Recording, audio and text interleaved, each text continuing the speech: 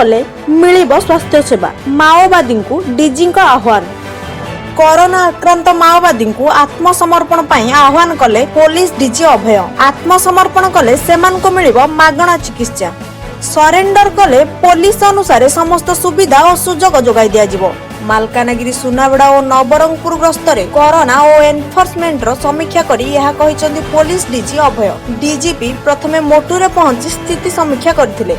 राज्य सीमार तनखी और पुलिस एनफोर्समेंट समीक्षा करथिले डीजीपी अभय। एमवी 88 रे नूतन फांडीर शुभारंभ करथिले। परे बीएसएफ कैंप जाई सेठारे बैठकर आयोजन करथिले। माओ दमन नै पुलिस और बीएसएफ वरिष्ठ अधिकारी समालोचना करिसंती डीजीपी अभय। एहा परे डीजीपी सुनाबेड़ा और नवरंगपुर गस्त करी किछि समीक्षा करिसंती। चैनल को लाइक कमेंट शेयर करने सह सब्सक्राइब करी बेल आइकन रे क्लिक करंतु जहा द्वारा आपण पाई परिबे हमर प्रतिटी न्यूज रो नोटिफिकेशन।